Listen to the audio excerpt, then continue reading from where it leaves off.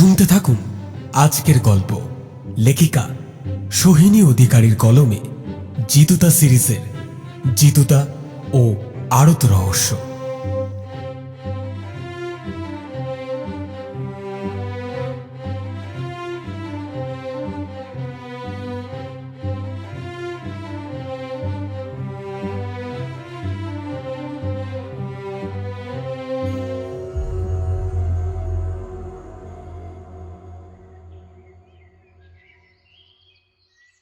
ঘড়িতে ঠিক ৯টা বাজে।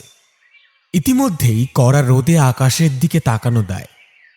রহস্য রোমাঞ্চ ঔপন্যাসিক জগা জেঠু ওরফে জগদীশ গাঙ্গুলি দ্বিতীয় কাপ চা শেষ করে একটা বড় সড়ো হাই তুললেন। আমি আর জিতুদা দুজনেই ওনার মুখের দিকে চেয়ে বসে আছি। তার কারণ আছে অবশ্য, এবং বেশ গুরুতর কারণ। এবার পুজোয় জগদীশবাবুর বই প্রকাশ হয়নি। দোষটা অবশ্যই প্রকাশকের। জগদীশবাবুর মন মেজাজ বিশেষ ভালো নেই। পুজোয় প্রায় ঘরবন্দি করেই রেখেছিলেন নিজেকে। আজ ভদ্রতার খাতিরে বিজয়া করতে এসেছেন, সেটাও লক্ষ্মী পুজোর পরে, যদিও মুখটা বাংলার পাঁচি করে রেখেছেন। থার্ড ক্লাস আর নেওয়া যাচ্ছে না মশাই। অনেকক্ষণ বাদে মুখ খুললেন জগদীশবাবু। জিতু তার সান্ত্বনা সুরে বলল, আহা, এত উতলা হচ্ছেন কেন? দুর্গাপুজোয় বই বেরোনি তো কি হয়েছে?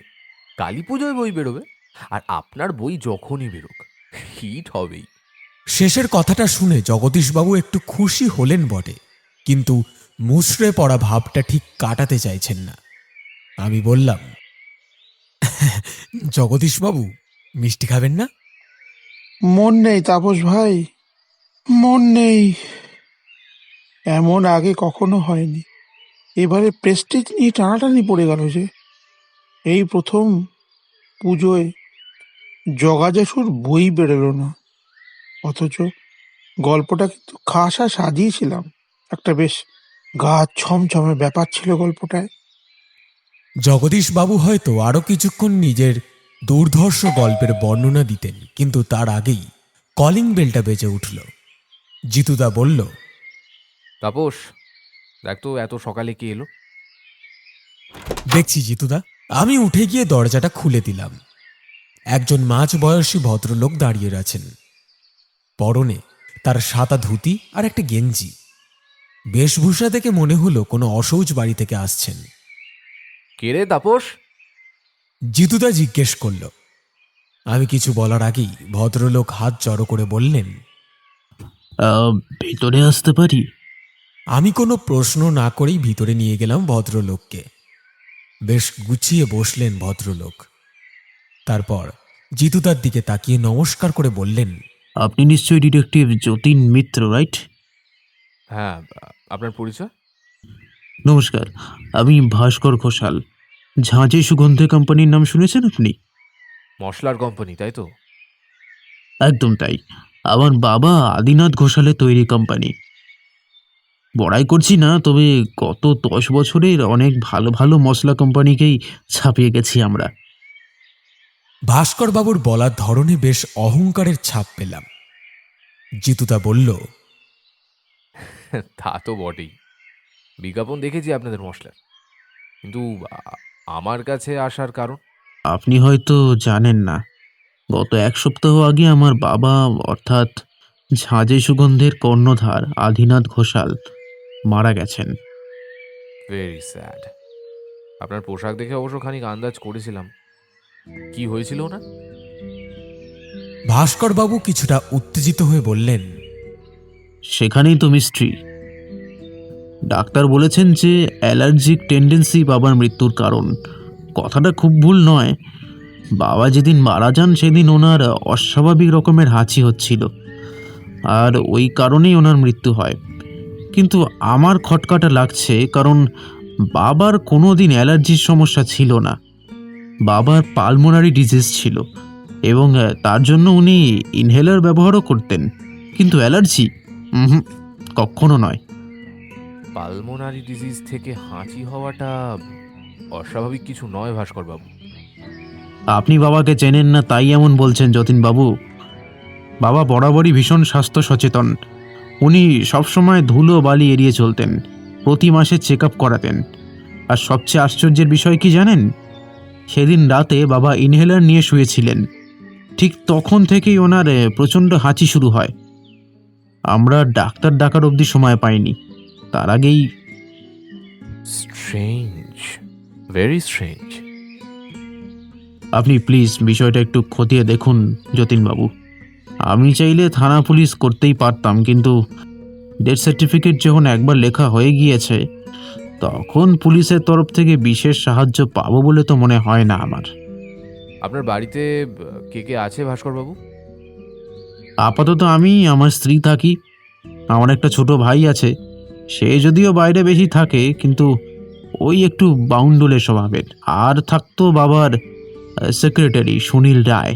সে বলেছে যে বাবার শ্রাদ্ধ মিটলে চলে যাবে। বাবাকে ছাড়া এই অফিসে কাজ করতে তার নাকি মন টিকবে না। I C.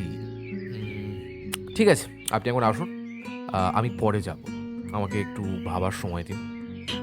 নিশ্চয়ই, কিন্তু আমাকে একটু অ্যাসিওর করুন যে কেসটা আপনি নিচ্ছেন। বললাম তো, একটু ভাবার সময় দিন। কেসের গভীরতাটা আগে বুঝতে হবে। ভাস্করবাবু একটু অসহায়ভাবেই ফিরে গেলেন। দরজা বন্ধ করে এসেই আমি বললাম, জিতুদা, তুমি কেসটা নেবে না? আলবাত নেবে, না হলে তোমার দাদা এত খুঁটিয়ে প্রশ্ন করতেন নাকি? বাবা জগদীশবাবু, আপনার মগজের বেশ খোলতাই হয়েছে দেখছি। আসলে কি বলুন তো মিস্টার মিত্র, আপনার সাথে থেকে থেকে আমারও ধার হয়েছে মাথায়। কিন্তু আপনি ঠিক কোন লাইনে ভাবছেন সেই বিষয়ে একটু আলোকপাত করুন। এলেবেলে কেস নয়, বুঝলি তো তাপস। দুপুরের দিকে একবার ঘোষাল বাড়িতে যেতে হবে। জগদীশবাবু, আপনি কি এখনো শোক পালন করবেন নাকি আমাদের সাথে যাবেন? কি বলছেন মশাই? এই দুঃখ ভোলার একমাত্র উপায় যদি থেকে থাকে তা হলো আপনার সাথে ঝুলে পড়া। দেখি ঘোষাল বাড়িতে কি হলো। আমি আপাতত একটু বাড়ি যাই, লাঞ্চের পরে ঠিক দুপুর 2টোয় দেখা করব। জগদীশবাবু চলে যেতেই আমি জিতুদাকে ধরলাম। জিতুদা, কি মনে হয় গো, এটা সত্যি খুন নাকি ভাস্করবাবুর মনের ভুল? খুনও হতে পারে, মনের ভুলও হতে পারে।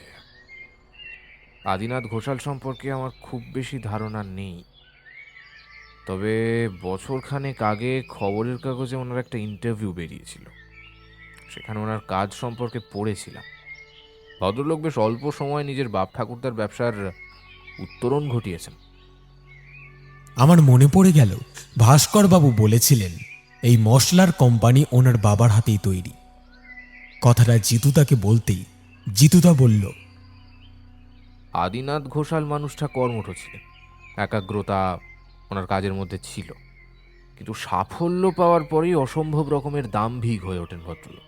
আমার বেশ মনে আছে, ইন্টারভিউতে উনি বলেছিলেন ওনার বাবার আমলে এই মশলা কোম্পানি তেমন লাভের মুখ দেখেনি, কিন্তু ওনার হাতে ব্যবসার দায়িত্ব আসার পর থেকেই তরতর করে ব্যবসার উন্নতি হতে লাগলো, তাই উনি নিজেকেই পুরো কৃতিত্ব দেন। আমি বুঝলাম জিতুদা আদিনাথ ঘোষালের বিষয় অনেক কিছুই জানে, তবুও ওনার ছেলের সামনে কিছুই না জানার ভান করছিল। তুমি কেসটা নিয়ে মাথা খাটানো শুরু করে দিয়েছ, তাই না জিতুদা? একটু ছক না কষে তদন্তে নামা যতীন মিত্রের কাজের পদ্ধতি নয়। তুই দেখ শ্রীনাথ দুপুরে কি বানাচ্ছে, একটু হালকা কিছু খেয়ে বেরিয়ে যাব। আপাতত আমাকে একটু ভাবতে দে। জিতুদা এবার সোফায় টান টান হয়ে শুয়ে পড়ল। আমি বুঝে গেলাম জিতুদা এবার একটু হোমওয়ার্ক করবে, তাই আমি আর কথা বাড়ালাম না। জগদীশবাবুর টাইমিং দেখে আমি অবাক না হয়ে পারলাম না। 2টো বাজার ঠিক 2 মিনিট আগে নিজের সবুজ রঙের অ্যাম্বাসেডর নিয়ে হাজির হয়েছেন। বেশ বোঝা যাচ্ছে বই প্রকাশ না হওয়ার দুঃখ ভোলার আপ্রাণ চেষ্টা করছেন জগদীশবাবু। তাহলে আদিনাথ ঘোষালের মৃত্যু রহস্য উদ্ঘাটন করার জন্য রেডি তো তোমার দাদা? আমার খারাপ লাগলো। যতই গাঁজাখুরি গল্প লিখুক না কেন, জগদীশবাবুর পাঠক যে তা গোগ্রাসে গিলে নেয় সেই বিষয়ে কোনো সন্দেহ নেই। তবে আর দেরি করা কেন জগদীশবাবু, বেরিয়ে পড়ি।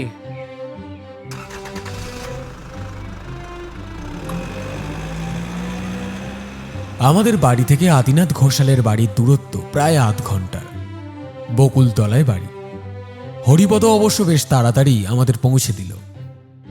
আদিনাথ ঘোষালের বাড়িটাকে বাড়ি না বলে ম্যানশন বলাই ভালো। পেল্লায় বাড়ি। ঢোকার মুখেই দুটো ডানা সমেত পড়ি দিব্যি দাঁড়িয়ে রয়েছে। এমনকি লনের মাঝামাঝি একটা ফোয়ারা অব্দি আছে। স্প্লেন্ডিড। ওটা বোধ হয় স্প্লেন্ডিড হবে। এ হে হে হে, তুমি তো জানোই তাপস, আমি আসলে এত দ্রুত গতিতে ইংলিশ বলি যে আলাদা আলাদা করে শব্দ উচ্চারণ করার সময় পাই না। আমি বিতর্কে গেলাম না। জিতু তার নিজের কার্ড গেটম্যানকে দেখাতেই গেটম্যান ফটক ছেড়ে দাঁড়ালো। বলা বাহুল্য, ভাস্করবাবু বেশ আপ্যায়ন করেই আমাদের ভিতরে নিয়ে গেলেন। ওহ, আপনি আশায় আমি বড় নিশ্চিন্ত হলাম প্রদোষবাবু। আমার এবং আমার স্ত্রীর তরফ থেকে সব রকমের সাহায্য আপনি পাবেন, এইটুকু আমি কথা দিতে পারি। কেন বাড়ির বাকি সদস্যরা সাহায্য করবেন না? কথাটা শেষ হওয়া মাত্র সিঁড়ি দিয়ে দূর দাঁড় করে একটা অল্প বয়সী ছেলে নেমে এলো। ছেলেটার মুখটা লাল হয়ে আছে, যেন এক্ষুনি ফেটে পড়বে। ছেলেটা জিতুদাকে দেখে অগ্নিশর্মা হয়ে উঠল। দাদা, সেই তুমি বাড়িতে গোয়েন্দা ঢোকালি, তাই তো? কি প্রমাণ করতে চাও তুমি? আমি বাবাকে মেরে ফেলেছি। অবশ্য তাতে তো তোমারই সুবিধা হবে। আমি হাজতে। অতএব এই বিপুল সম্পত্তির মালিককে মিস্টার ভাস্কর ঘোষাল। শোনো, আদিনাথ ঘোষালের সম্পত্তির ওপর লোভ আমার না কোনো কালে ছিল আর না কোনোদিন হবে। ওই লোকটাকে আমি বাবা বলে মানি না। এইটুকু বলেই হাঁপাতে হাঁপাতে জিতুদার দিকে তাকালো ছেলেটা। হ্যাঁ, আপনি গোয়েন্দা তো? শুনলেন আমি কি বললাম? আদিনাথ ঘোষালকে আমি আমার বাবা হিসেবে মানি না। এবার যদি আপনার মনে হয় আমি রাগের মাথায় ওনাকে মেরে ফেলেছি, তাহলে পুলিশে দিন, আমার কিচ্ছু যায় আসে না। আহা সূর্য, কি শুরু করেছিস বলতো তুই? তোকে কেউ দোষারোপ করেছে এখানে? আমাদের দিকে সলজ্জ দৃষ্টিতে চাইলেন ভাস্করবাবু। যতীনবাবু, ও সূর্য আমার বাউন্ডুলে ছোট ভাই। ওর ব্যবহারে আপনি কিছু মনে করবেন না, ও চিরকালই এমনটাই রকচটা স্বভাবের। সূর্যবাবু যে রকচটা তা ওনার চোখে মুখেই প্রকাশ পায়। মিস্টার মিত্র, একটা কথা আমি স্পষ্ট বলে রাখছি, আমার তরফ থেকে কোনো রকমের সাহায্য আপনি কিন্তু পাবেন না। এইটুকু বলেই বেরিয়ে গেল সূর্য। বুঝলাম লোকটা চূড়ান্ত অভদ্র। I am so sorry. সূর্য যে এতটা অসভ্যতা করবে আমি ভাবতে পারিনি। প্লিজ ওর কথা ধরবেন না। আপনারা বসুন প্লিজ। অগত্যা আমরা বসলাম। আসলে আমার সাথে আমার ভাইয়ের বয়সের পার্থক্য অনেকটা, প্রায় 13-14 বছরের ছোট আমার চেয়েও। সূর্য যখন খুব ছোট, মা তখন মারা যায়। বাবা তো কাজ নিয়েই ব্যস্ত থাকতেন। আমিও তখন অনেকটাই বড়, পড়াশোনায় ডুবে থাকতাম। কেউ শাসন করার মতো ওকে ছিল না, তাই বড় হতে হতে এমনটা রেকলেস হয়ে যায় ছেলেটা। সূর্যর কথায় পরে আসছি ভাস্করবাবু, আপনি আগে আপনার কথা বলুন। আমার কথা বলতে? আপনার সাথে আপনার বাবার কেমন সম্পর্ক ছিল? ব্যবসার ক্ষেত্রে বুঝি আপনার ওপরেই সবচেয়ে বেশি নির্ভর করতেন? জিতু তার কথা শুনে বেশ ভাব নিয়ে হাসলেন ভাস্করবাবু। আর কার ওপর নির্ভর করবেন বলুন তো? এক আমিই আছি। সূর্যর অবস্থা তো দেখলেনই।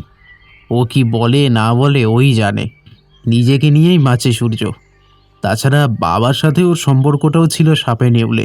না ও বাবাকে সহ্য করতে পারত, না বাবা ওর অসুস্থ জীবনযাপন মেনে নিতে পারতেন। ওটা আমিই একমাত্র আশা ও ভরসা ছিলাম।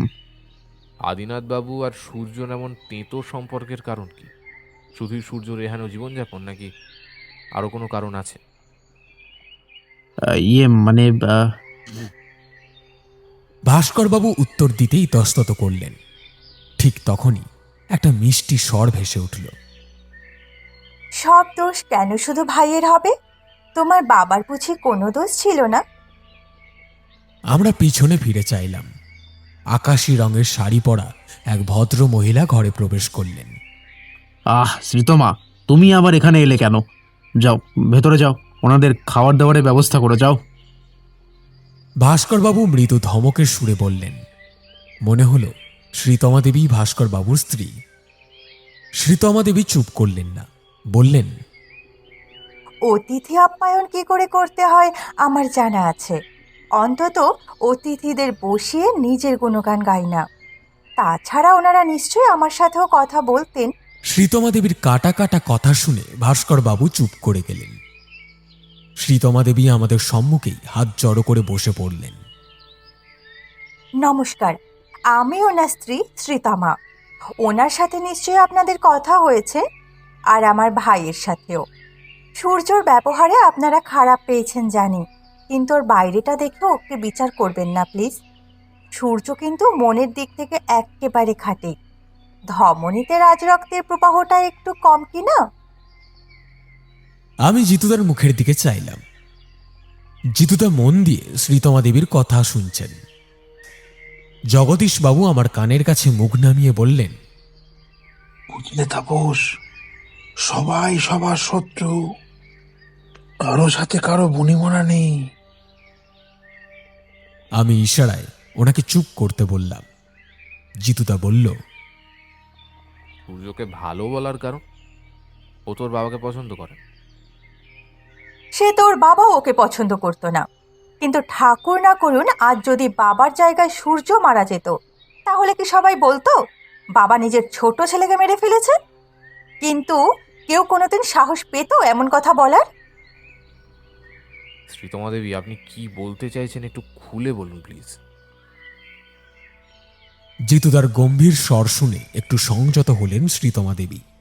নিজেকে সামলে নিয়ে বললেন, সরি, আমি একটু বেশি উত্তেজিত হয়ে গিয়েছিলাম। আসলে সূর্যকে আমি নিজের ভাইয়ের মতোই ভালোবাসি। মা মরা ছেলে যেমন তেমনভাবে বড় হয়েছে, কেউ খোঁজও নিতে যায়নি ছেলেটা বাঁচলো না মরলো। এখন সবাই এসেছে ওর স্বভাবের দোষগুণ বিচার করতে। এখন সবাই ওর গুরুজনের ভূমিকা নিতে এসেছে। বাবা তো কোনোদিন সূর্যের দিকে ফিরেও তাকায়নি। তাহলে উনি ভাবলেন কি করে সূর্য ওনার ব্যবসায় যোগ দেবেন? সূর্য এই বাড়ির আর 5টা মানুষের চেয়ে বেশি জানে মশলার বিষয়। কোন মশলা কি পদ্ধতিতে তৈরি করলে তার স্বাদ বৃদ্ধি হয় তা সূর্যর চেয়ে বেশি কেউ জানে? জিজ্ঞেস করুন সবাইকে। হাইপার মানে জানো তাপস? আপনি কি চান শ্রীতমা দেবী আপনার উপরেও একইভাবে চিৎকার চেঁচামেচি করুক? আমি ঠোঁট ফিল করে নিচ্ছি। এই বলে জগদীশবাবু আবার চুপ করে গেলেন। শ্রীতমা দেবী একটানা এতটা বলে হাঁপাচ্ছেন। ভাস্করবাবু যে বেজায় অপ্রস্তুত হয়ে পড়েছেন তার বলার অপেক্ষা রাখেন না। সীতমা, তুমি ঘরে যাও যাও। রীতিমতো অর্ডারের সুরে বললেন ভাস্করবাবু। আমি যাব না। এমন অস্বস্তিকর পরিস্থিতিতে আমরা কোনোদিন পড়িনি, তবে জিতুদা সামনে নিল। আমি কিন্তু সবার সাথেই কথা বলবো, আর শ্রীতমা দেবী যদি সত্যি কিছু বলতে চান তাহলে আপনি কিন্তু আটকাতে পারবেন না ভাস্করবাবু, মাথায় রাখবেন। যদি আটকান সেক্ষেত্রে কিন্তু আমি ধরে নিতে বাধ্য হব যে আপনার কোনো সিরিয়াস মোটিভ আছে। আপনি আমাকে ভুল বুঝবেন না যতীনবাবু। আমার যদি কোনো দোষ থাকতো তাহলে আমি কেন আপনাকে অ্যাপয়েন্ট করতাম বলুন তো? বাবার মৃত্যুটা যে সাধারণ নয় তা একমাত্র আমার মনে হয়েছে। শ্রীতমা দেবী একটা অদ্ভুত দৃষ্টিতে তাকালেন ভাস্করবাবুর দিকে, তারপর নিজেই গটগট করে ভিতরে চলে গেলেন। জিতুদা বলল, সূর্য যে বিজনেসে উৎসাহী এটা তো আপনি বলেননি ভাস্করবাবু। আমার স্ত্রীর কথা আপনি প্লিজ ধরবেন না। দেখুন, এই কথাটা আমি কাউকে বলতে চাইনি, আপনাকেও বলতাম না। তবে এখন যা পরিস্থিতি তাতে না বলে উপায় নেই। আমার স্ত্রী সূর্যর প্রতি একটু বেশি দুর্বল। হওয়াটাও অস্বাভাবিক নয়। শ্রীতমা আমার চেয়ে অনেকটাই ছোট। বাবা ওর সাথে আমার বিয়েটা দিয়েছিলেন কারণ ও নিজেও ব্যবসায়ী পরিবারের মেয়ে। মার্কেটে একটা শত্রু কমবে যদি দুটো ব্যবসায়ী পরিবারের মধ্যে আর্থিক সম্পর্ক গড়ে ওঠে। তাহলে শ্রীতমাকে আমি কোনো কিছুতেই কখনো বাধা দিই না। ও যেমনভাবে থাকতে চায় থাকে। বয়স্ক স্বামীর থেকে ওর আর কী বা পাওয়ার থাকতে পারে? আমি মানছি সূর্য মশলার বিষয়ে অনেক কিছু জানে, কিন্তু মশলা তৈরি করা আর একটা ইন্ডাস্ট্রি চালানোর মধ্যে বিস্তর পার্থক্য। এইটুকু নিশ্চয়ই আপনি বুঝতে পারছেন। হুম, তাহলে এবার আপনার বাবার মৃত্যুর বিষয়টা আসা যাক। যেদিন আদিনাথবাবু মারা গেলেন সেদিন অ্যালার্জি ছাড়া ওনার মধ্যে আর কোনো অস্বাভাবিক আচরণ লক্ষ্য করেছিলেন? না, সেরকম তো কিছুই না। প্রতিদিন যেমন অফিস যান সেরকমই গিয়েছিলেন। সমস্যা তো শুরু হলো রাতের দিকে। সবাই শুয়ে পড়ার কিছুক্ষণ পর থেকেই বাবার সেই কি হাঁচি। আমরা গিয়েছিলাম বাবার কাছে, দেখলাম বাবা রীতিমতো কাতরাচ্ছে। ডাক্তারকে ফোন করেছিলাম, কিন্তু তার আগেই সব শেষ। আদিনাথ ঘোষালের সেক্রেটারি নিশ্চয়ই বাড়িতেই আছে। সুনীল একটু বেরিয়েছে, বা আসলে অফিসের বেশ কিছু ফাইল ওর দায়িত্বে ছিল, তো সেগুলো শেষ না করেও যেতে পারছে না বেচারা। ওগুলো শেষ হয়ে গেলেই ওর কাজ ছেড়ে চলে যাবে। বেশ, তবে সুনীলবাবু যতক্ষণ না ফিরছেন ততক্ষণ একবার আদিনাথ ঘোষালের ঘরটা ঘুরে আসি। জিতু তার কথা শুনে আমি একটু নড়ে চড়ে বসলাম। এবার শুরু হবে আসল তদন্তের মজা। সবার আগে জগদীশবাবু তড়াক করে উঠে দাঁড়ালেন। ওনার উৎসাহ দেখে আমি মনে মনে হাসলাম। দোতলার সবচেয়ে বড় ঘরটা আদিনাথ ঘোষালের। পুরনো আমলের ঘর হলেও আধুনিকতার ছাপ স্পষ্ট। সাহেবদের বাংলোর মতো বেতের সোফা রেখেছেন ঘরে। খাটটাকে পালঙ্ক বললেই বেশি ভালো হয়। কালো মেহগনি কাঠের পালঙ্কটা দেখলেই জমিদার বাড়ির কথা মনে পড়ে যায়। এছাড়াও ঘরের মাঝামাঝি একটা ঝাড়বাতি আছে। জিতুদার সাথে থাকতে থাকতে আজকাল আমিও গোয়েন্দাদের মতো করে ভাবতে শিখে গেছি। প্রথম প্রশ্নটাই আমার মনে এলো যে এই ঝাড়বাতিটা যদি কারোর উপরে পড়ে সে আর বাঁচবে না। ঠিক বিছানার উপরই ঝাড়বাতিটার অবস্থান। আদিনাথ বাবুকে যদি মারার হতো তাহলে সবচেয়ে সহজ উপায় ছিল এই ঝাড়বাতিটাকে ওনার উপরে ফেলে দেওয়া। এত সহজ পন্থা অবলম্বন না করে আততাই এসব অ্যালার্জি হাঁচির জটিলতায় গেল। না না, ভাস্কর বাবু ভুল ভাবছেন। আদিনাথ বাবু অসুস্থ হয়েই মারা গেছে। আমার এক মুহূর্তের জন্য যেন এই কথাটাই সত্যি মনে হচ্ছে। ঘরটা বেশ সাজানো গোছানো, বিছানাও পরিপাটি করে রাখা। এই ঘরে যে একটা মানুষ খুন হয়েছে তা বিশ্বাস করতে কষ্ট হয়। ভাস্কর বাবু বললেন, এইটাই বাবার ঘর কাম স্টাডি রুম। নিজের ব্যবসার যাবতীয় কাজবাজ বাবা এই ঘরে বসেই করতেন। এই ঘরটাকে বাবার অফিসও বলা চলে। আমি একবার আদিনাথবাবুর ওষুধের বাক্সটা দেখতে চাই। ও, ওষুধের বাক্স? হ্যাঁ, ওষুধের বাক্স। দেখুন, আমরা কেউ কিন্তু এখনো নিশ্চিত নই যে এটা খুন। হতেই পারে আদিনাথবাবু শারীরিক অসুস্থতার কারণে মারা গেছে। তাই কোনো কনক্লিউশনে আসার আগে আমাকে নিশ্চিত হতে হবে যে আদিনাথবাবু খুন হয়েছে। নাহলে অহেতুক তদন্ত করার তো কোনো মানে হয় না। তা তো বটেই, তা তো বটেই। বাবার ওষুধের বাক্সটা সুনীলের কাছেই আছে। আসলে ওই তো বাবার সব কিছুর খেয়াল রাখতো, তো ও আসা অবধি যদি একটু অপেক্ষা করতেন খুব ভালো হতো। আমি আপনাদের সামান্য কিছু খাবারের আয়োজন করেছি, আপনারা এখানেই একটু বসুন, আমি আসছি।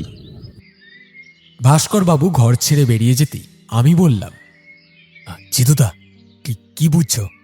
এটা কি খুন? এখনো কিছু বোঝার সময় আসেনি রে তাপস। এখন শুধু শোনার সময়।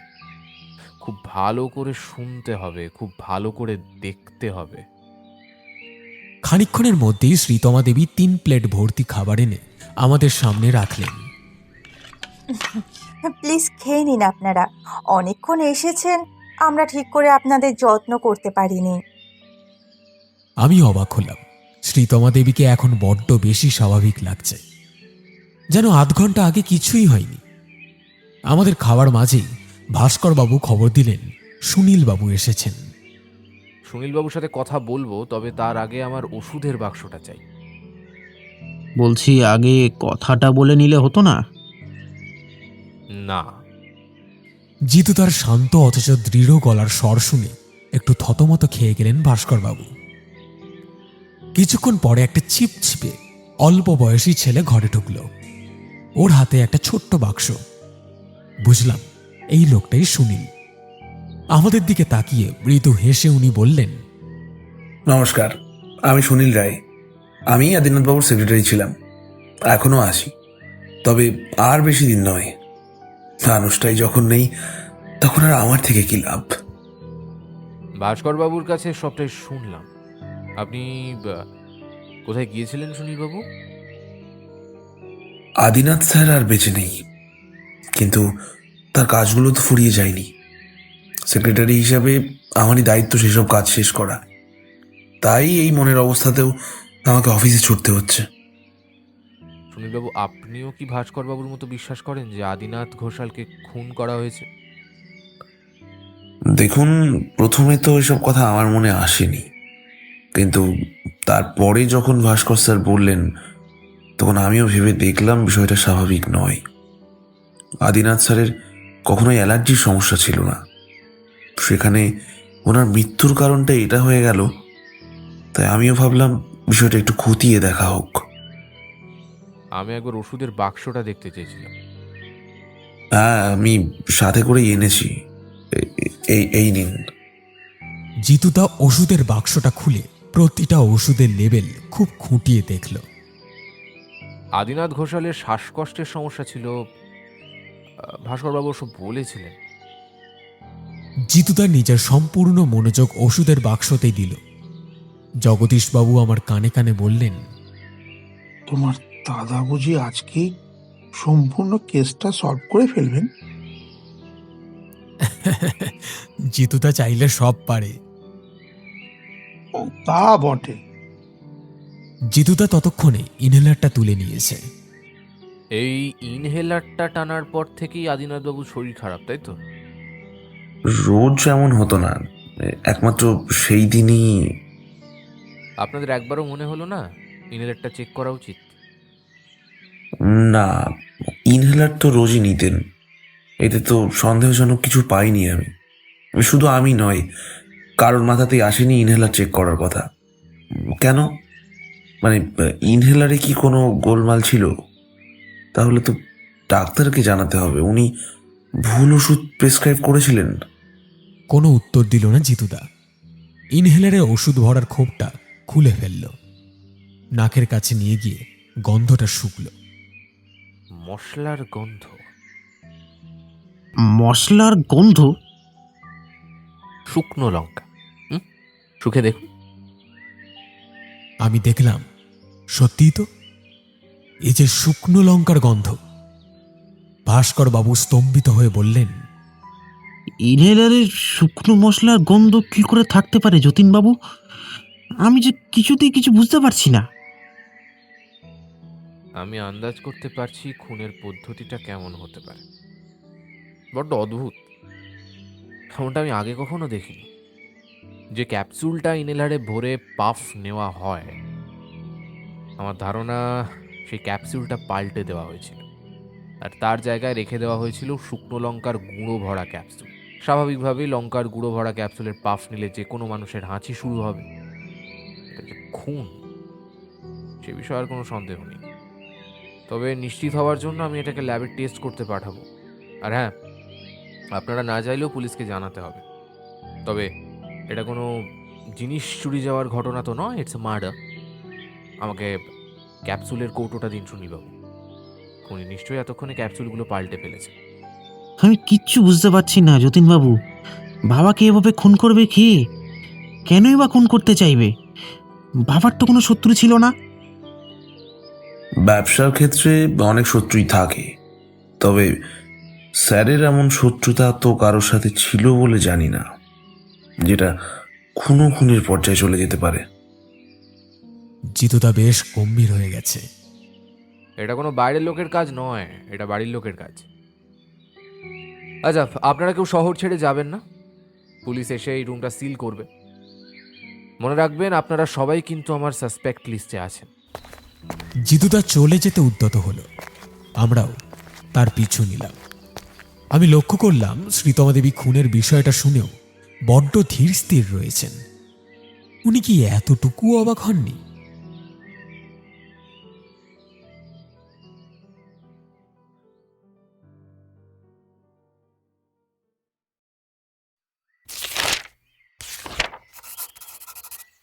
আচ্ছা, তোমার কাকে সন্দেহ হয় জিতুদা? সবে একটু ধাতস্থ হয়ে বসেছি ঘরে। জিতুদা নিজের নোটবুক আর পেন নিয়ে বসে পড়েছে দেখে আমি প্রশ্নটা করলাম। কেউই বাদ নেই রে তাপস। আপাতত সবাইকেই সন্দেহ করতে হচ্ছে। মোটিভ কিন্তু কম বেশি সবারই আছে, তবে ভাস্কর বাবুকে বাদ দেওয়া যেতে পারে, যেহেতু উনি তোমাকে ডেকে নিয়ে গেছেন। তদন্তের সময় এইসব দেখলে চলে না। সবাইকে নিয়ে মনে মনে চুলচেরা বিশ্লেষণ করতে হয়। ভাস্করবাবুর মোটিভ কি কিছু কম আছে? সূর্যকে সাইড করে ও একা সব সম্পত্তি দখল করার তালে থাকতেই পারে। আর এই বিষয়ে যদি আদিনাথবাবুর সাথে ওর মতান্তর হয়, তাহলে নিজের বাবাকে খুন করাটা অস্বাভাবিক কিছু নয়। কিন্তু সূর্যকে তো আদিনাথ ঘোষাল পছন্দ করতেন না। দুজনের মধ্যে খুব একটা স্নেহের বন্ধন তো ছিল না। তা অবশ্যই ঠিক, কিন্তু শুধু ভাস্করবাবুর কথার ভিত্তিতে এগোনোটা বুদ্ধিমানের কাজ নয়। দেখলি না কত কথা উনি আমাদের কাছে চেপে গেছিলেন। সূর্যর যে মশলা নিয়ে পড়াশোনা আছে এটা উনি বলেছিলেন? বলেননি। তাহলে ওনাকে কি করে পুরোপুরি বিশ্বাস করবি তুই? আর শ্রীতমা দেবী অদ্ভুত মহিলা, তাই না? সুযোগ পেলে উনি আরও বলতেন, আর আমার ধারণা উনি আরও বলতে চান। তাই ওনার প্রতিটা কথা মন দিয়ে শুনতে হবে। ভাই দেখ, ভদ্রমহিলা অদ্ভুত হতেই পারে, কিন্তু সোজাসাপটা কথা বলেন, কিছু আড়াল করার চেষ্টা করেন না। উনি কিন্তু খুনের কথাটা শুনে এতটুকুও অবাক হননি। সেটা কিছুই প্রমাণ করে না। জিতুদা আবার গম্ভীর হয়ে গেল। আমি আরো কিছু বলতে চাচ্ছিলাম, কিন্তু জিতুদা হাত নেড়ে আমাকে থামিয়ে নিল। অর্থাৎ সে এখন কিছুক্ষণ একা থাকতে চায়। অগত্যা আমি বসার ঘরে এসে বসলাম। আমি জিজ্ঞেস করতে চেয়েছিলাম আমাদের পরবর্তী পদক্ষেপ কি হতে পারে, কিন্তু তার আগেই জিতুদা আমাকে থামিয়ে দিল। ভাবনার মধ্যে ডুবেছিলাম আমি। ঠিক তখনই শব্দ করে টেলিফোনটা বেজে উঠল। আমি ফোনটা ধরতে যেতেই দেখলাম জিতুদা ঘর থেকে ছুটে এসে ফোনটা রিসিভ করলো। হ্যালো, হ্যাঁ বলুন সুনীলবাবু। জিতুদার সাথে সুনীলবাবুর কি কথা হলো শুনতে পেলাম না আমি, তবে ফোনটা রাখার পরে দেখলাম জিতুদার ঠোঁটের কোণে হাসি ফুটে উঠেছে। আমি জিজ্ঞেস করলাম, সুনীলবাবু ফোন করেছিলেন? কি বললেন? বললেন আমার সাথে আলাদা করে একটু কথা বলতে চান। উনি আমাদের বাড়িতে আসবেন? কাল বিকেলে। জগদীশবাবুকে ডেকে নি? এভাবে ওনার মন ভালো করবি ভাবছিস? তা ডাকতেই পারিস, তবে আমার ধারণা দীপাবলিতে যতক্ষণ না ওনার বইটা প্রকাশ পাচ্ছে ততক্ষণ উনি এমন মনমরা হয়েই থাকবে। আমাদের কিছু করার নেই। আমিও জানি সব, কিন্তু তবুও মনে হলো ওনাকে ডাকলে ভালোই হবে। আমি সবে জগদীশবাবুকে টেলিফোন করতে যাব, ঠিক তখনই কলিং বেলটা বেজে উঠল। জিতুদা, আমি দেখছি, এই বলে আমি দরজা খুলতে গেলাম। জিতুদা, আমি ডাকলাম। ইন্সপেক্টর দত্ত এসেছেন। ওনার সাথে জিতুদার বরাবরের খাতির আছে। কি হে যতীন বাবু, শুনলাম আদিনাথ ঘোষাল নাকি খুন হয়েছেন, আর তুমি নাকি খুনিকে খুঁজে বার করছো। জিতুদা হাসল ইন্সপেক্টর দত্তর কথা শুনে। ইন্সপেক্টর দত্ত ঠাট্টা করে বললেন, আগে আমরা খুঁজে বের করতাম খুন হয়েছে কি না, তারপর তুমি স্পটে গিয়ে পৌঁছাতে। আজকাল দেখছি সব পাল্টে গেছে। এখন তো তুমি খুঁজে বার করো খুন হয়েছে, আর আমরা গিয়ে পৌঁছাচ্ছি স্পটে। ইন্সপেক্টরের কথা শুনে জিতুদার হাসি আরো জোরালো হলো। বসুন বসুন ইন্সপেক্টর দত্ত, আপনি বুঝি ঘোষাল বাড়িতে গেছিলেন? ওই বেসিক ফর্মালিটি যা করতে হয় আর কি। ঘরটা সিল করেছি। ইনহেলারটা বুঝি তুমি ল্যাবে টেস্ট করার জন্য পাঠিয়েছো, তাই না? হ্যাঁ ওই আর কি। আসলে আপনার আশা অবধি অপেক্ষা করলে কে জানে হয়তো ইনহেলারটাই বদলে ফেলা হতো। কেস কিন্তু জটিল। জটিল বলেই তো আমি তোমার উপরে ছেড়ে দিয়েছি। তুমি যখন প্রথম থেকে তদন্ত করছো, মাঝখানে আমি তখন আর কেনই বা নাক গলাই বলো? তুমি শুধু অপরাধীকে আমাদের হাতে তুলে দিও। হ্যাঁ, আমার এইটুকুই বলতে আশা। ও হ্যাঁ, তোমাদের কিন্তু আদিনাথ ঘোষালের ঘরে ঢুকতে কোনো বাধা নেই, শুধু বাড়ির কাউকে অ্যালাউ করা যাবে না। আজ আমি উঠি, কেমন? নিশ্চয়ই। বুঝলি তাপস, ইন্সপেক্টর দত্ত বোধহয় এটাকে পাতি কেস ভাবে চলে গেলেন। পাতি কেস? বলো, শুকনো লঙ্কার ঝাঁজ সহ্য করতে পারবেন না বলে তোমার ঘাড়েই দায়িত্ব দিয়ে চম্পট দিয়েছেন। শুকনো লঙ্কার ঝাঁঝ, কথাটা মন্দ বলিসনি তো। শুকনো লঙ্কার ঝাঁঝ। কথাটা আরো বার দুয়েক মনে মনে আওড়ালো জিতুদা। তারপর ফের নিজের ঘরে চলে গেল। আমি টেলিফোনের দিকে হাত বাড়ালাম জগদীশ বাবুকে ফোন করার জন্য। পরের দিন সকাল হতেই জিতুদা বলল, তাপস চল, ইনহেলার আর ক্যাপসুলের রিপোর্টটা নিয়ে আসি। জিতুদার বেরোনোর উদ্দেশ্য যে শুধু রিপোর্ট নেওয়া নয় তা আমি বেশ বুঝতে পারছিলাম। আরও কোনো পরিকল্পনা নিশ্চয়ই জিতুদার মাথায় ঘুরছে। সে কথা জিজ্ঞেস করতেই জিতুদা বলল, আমি আর কি করব, যা করার তো তোকেই করতে হবে। জিতুদার কথায় আমি হকচকিয়ে গেলাম। আমতা আমতা করে বললাম, আমি আমি কি করব? শুধু তুই না, জগদীশবাবুকেও আসতে বলেছি। তোদের দুজনকে আজ একবেলার জন্য পিতা পুত্র হতে হবে। কথাটা শুনে আমার হিঁচকি ওঠার জোগাড়। শেষে কিনা আমি জগদীশবাবুর ছেলে। জিতুদা, তুমি তুমি ঠিক কি করতে চাইছো বলো তো? বেশি কিছু নয়, ঝাঁঝে সুগন্ধের অফিসে যাবি ছদ্মবেশে, বাকিটা জগদীশবাবু আসুক বলছি। জগদীশবাবু আসলেন প্রায় মিনিট 15 পরে। চওড়া হাসি হেসে জগদীশবাবু বললেন, অ্যাট ইয়োর সার্ভিস স্যার। আমাকে যতই কাঁচাখুড়ি লেখক হিসেবে আপনি তুচ্ছ তাচ্ছিল্য করুন না কেন, তপসের পরে আমিই কিন্তু আপনার দ্বিতীয় ভেহিকল। আমাকে ছাড়া আপনি কি করতেন বলুন তো? সত্যিই তাই, আপনাকে ছাড়া যে যতীন মিত্র কি করে গোয়েন্দা হতো সত্যিই ভাবার বিষয়। জিতুদার বলার ধরন দেখে আমার প্রচন্ড হাসি পেল, কিন্তু হাসতে পারলাম না, পাছে জগদীশবাবু রাগ করেন। আমাদের তৈরি করতে করতে জিতুদা বুঝিয়ে দিল কি কি করতে হবে। রূপ বদলটা জিতুদা খুব ভালোই পারে, তাই আমাদের যে দেখলে সহজে চেনা যাবে না এটা জানা কথাই ছিল। আমাকে যে কোট প্যান্টে একজন প্রাপ্তবয়স্ক ছেলের মতোই লাগতে পারে আমার জানা ছিল না। জগদীশবাবু অতটা বয়স নয় যতটা ওনাকে দেখে মনে হয়, তাই আমাকে ওনার ছেলে হিসেবে দিব্যি মানিয়ে গেল। মোট কথা ছদ্মবেশটা বেশ ভালোই হয়েছে। এবার কাজটা ঠিকঠাক করতে পারলেই হলো। জিতুদা আমাদের সাথেই বেরোলো, তবে কিছুটা পথ যাওয়ার পরই আমাদের রাস্তা ভাগ হয়ে গেল। জিতুদা দত্তপট্টির দিকে চলে গেল রিপোর্ট কালেক্ট করার জন্য। এমন একটা উত্তেজনা হচ্ছে তাপস, তাই না? অতিরিক্ত উত্তেজনার চোটে কোনো ভুল করে ফেলবেন না, কিন্তু কাজটা গুরুত্বপূর্ণ। আমি একবার সাবধান বাণী শুনিয়ে দিলাম।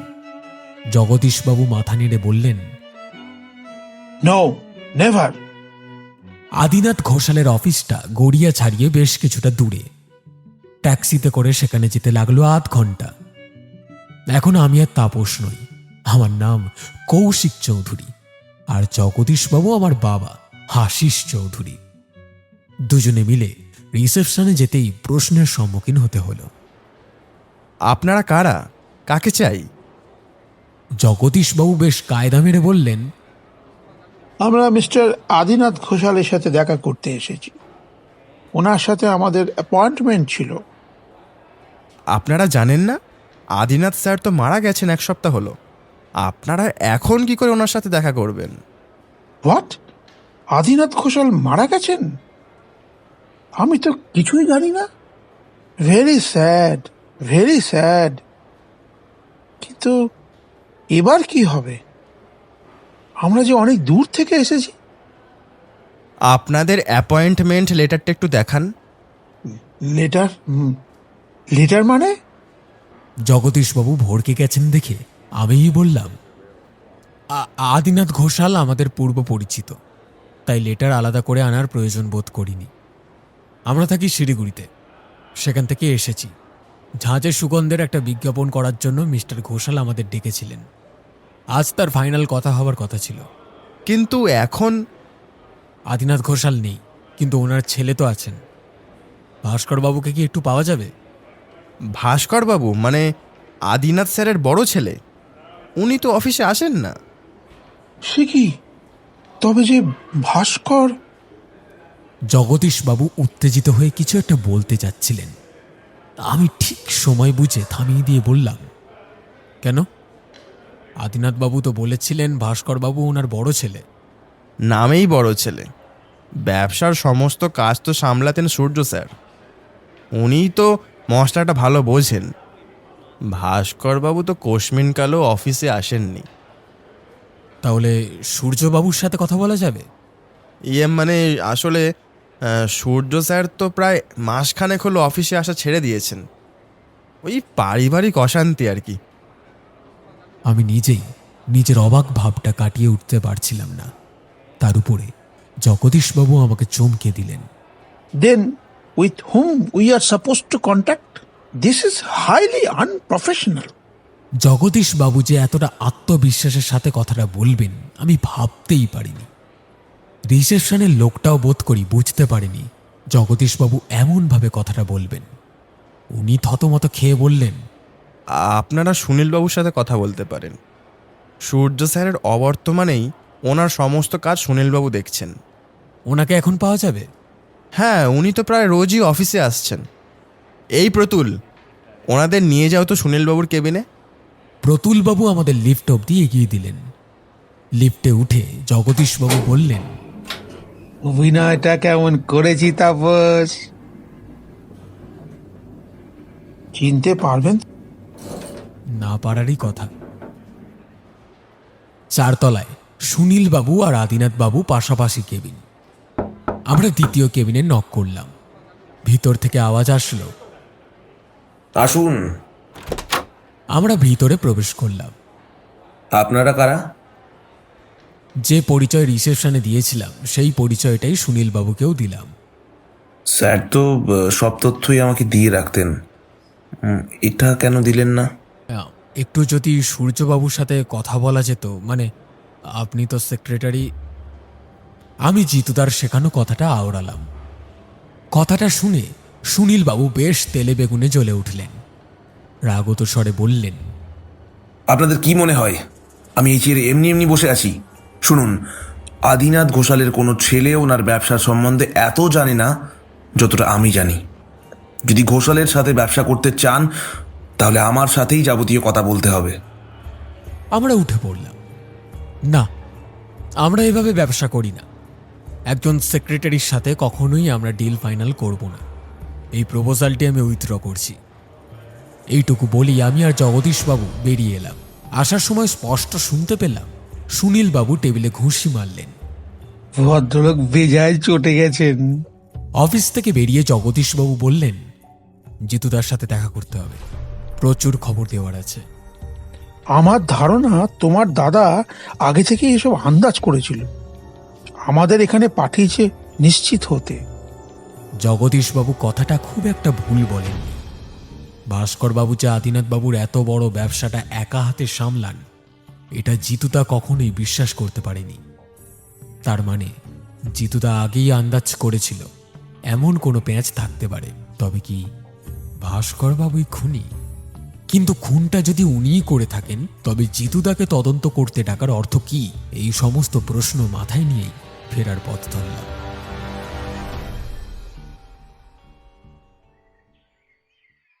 ভাস্করবাবুর অধিকাংশ কথাই যে মিথ্যে সেটা আমি প্রথম দিনই বুঝেছিলাম।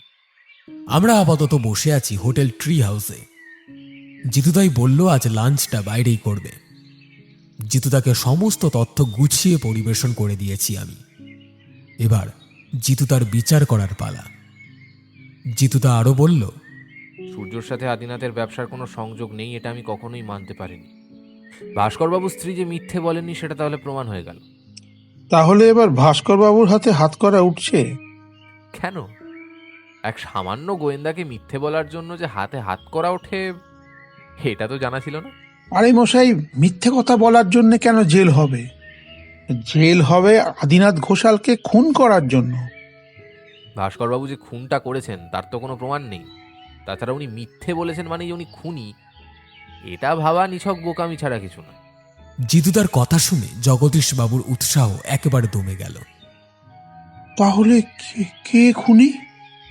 অনেকেই হতে পারে। এই যেমন ধরুন সূর্য, ওর বাবার সাথে কিছু ঝামেলার কারণে অফিসে আসা ছেড়ে দিয়েছে। হতেই পারে সেই রাগের কারণে সে বাবাকে খুন করলো। অথবা ধরুন শ্রীতমা দেবী, ওনার ধারণা ওনার স্বামী শ্বশুর দুজনেই সূর্যকে বঞ্চিত করে চলেছে, ঠিক কিনা? ভাস্করবাবুর কথা মেনে আমি ধরেও নি যদি যে দেওরের প্রতি ওনার বিশেষ দুর্বলতা আছে, তাহলে তো উনিও খুনটা করে থাকতে পারে। শ্রীতমা দেবী একটু রকচটা মেজাজের হলেও সত্যি বলতে ওনাকে আমার খারাপ লাগেনি। তাই জিতুদাকে জিজ্ঞেস করলাম, শ্রীতমা দেবীকে তোমার সন্দেহ হয়? দেখ, একেবারেই যে সন্দেহ হয় না তা নয়, তবে তোর প্রশ্ন যদি হয়ে থাকে ভাস্করবাবু নিজের স্ত্রীকে যে দোষে দুষ্ট ভাবছেন, সেই দোষ শ্রীতমা দেবীর নেই। ভাস্করবাবু নিখাত স্নেহের একটা সম্পর্ককে জাস্ট নোংরা করার চেষ্টা করছে। দেখো, সব সন্দেহের তীর কিন্তু ভাস্কর বাবুর দিকেই যাচ্ছে। তারপরেও প্রশ্ন থেকে যায়, উনি অপরাধী হলে তোমাকে নিজে যে তদন্তের ভার দিলেন কেন? কেন? এই অনেকগুলো কেনর উত্তর মিলছে না রে তাপস। এই উত্তরগুলোই পাচ্ছি না। আরো জানতে হবে, আরো অনেক কিছু জানা বাকি। জিতুদা সহসাই গম্ভীর হয়ে উঠল। জগদীশবাবু হঠাৎ বলে উঠলেন, এই সুনীল বাবুকে আপনার কেমন লাগে?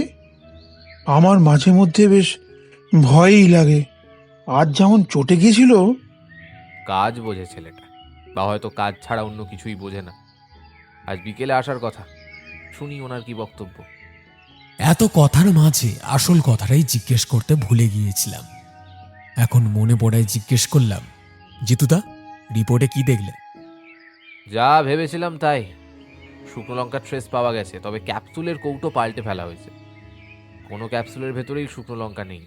শুকনো লঙ্কা দিয়ে খুন? কি অদ্ভুত, তাই না? জিতুদা মাথা নাড়ল, তারপরে বলল, চল ফেরা যাক। বিল মিটিয়ে আমরা বাড়ি ফিরে এলাম। জগদীশবাবু আমাদের সাথেই এলেন। সুনীলবাবু বলেছিলেন 5টার দিকে আসবেন, তবে ঠিক 4:15 নাগাদ তিনি এসে হাজির হলেন। বুঝলাম আজ ওনার ভীষণ তাড়া। আমার আর জগদীশবাবুর বুক দুরু দুরু করছে। ভদ্রলোক আমাদের না চিনে ফেলেন। মাত্র কয়েক ঘন্টা আগেই তো এক নাটক করে এসেছি। সুনীলবাবু এসেই একটু ইতস্তত বোধ করলেন। আমি মানে আমার এভাবে আসাটা হয়তো উচিত হয়নি, তবুও। কোনো ব্যাপার নয় সুনীলবাবু, হতেই পারে এমন কিছু কথা আছে যা আপনি সবার সামনে বলতে চান না। হ্যাঁ, মানে আসলে কিছু কথা আছে যা সামনাসামনি বলা দরকার, কিন্তু ওই বাড়ির মানুষগুলোর সামনে এই কথাগুলো বলা ঠিক হতো না, তাই। আপনি আসল কথাটা বলুন সুনীলবাবু। নিশ্চয়ই। আসলে আপনি যখন গতকাল বললেন যে খুনটা শুকনো লঙ্কা দিয়ে হয়েছে, তখনই কথাটা আমার মাথায় আসে। আপনি জানেন কি না জানি না, সূর্য কিন্তু আদিনাথ স্যারের অফিসে কাজ করত। আদিনাথ স্যার ভীষণ আত্মকেন্দ্রিক একটা মানুষ ছিলেন। নিজেকে নিয়ে ওনার অহংকারের কোনো শেষ ছিল না। যে কাজের কৃতিত্ব ওনার নয়, সেটার কৃতিত্ব উনি নিজে নিতেন। এই নিয়েই সূর্যর সাথে ওনার ঝামেলা হয়।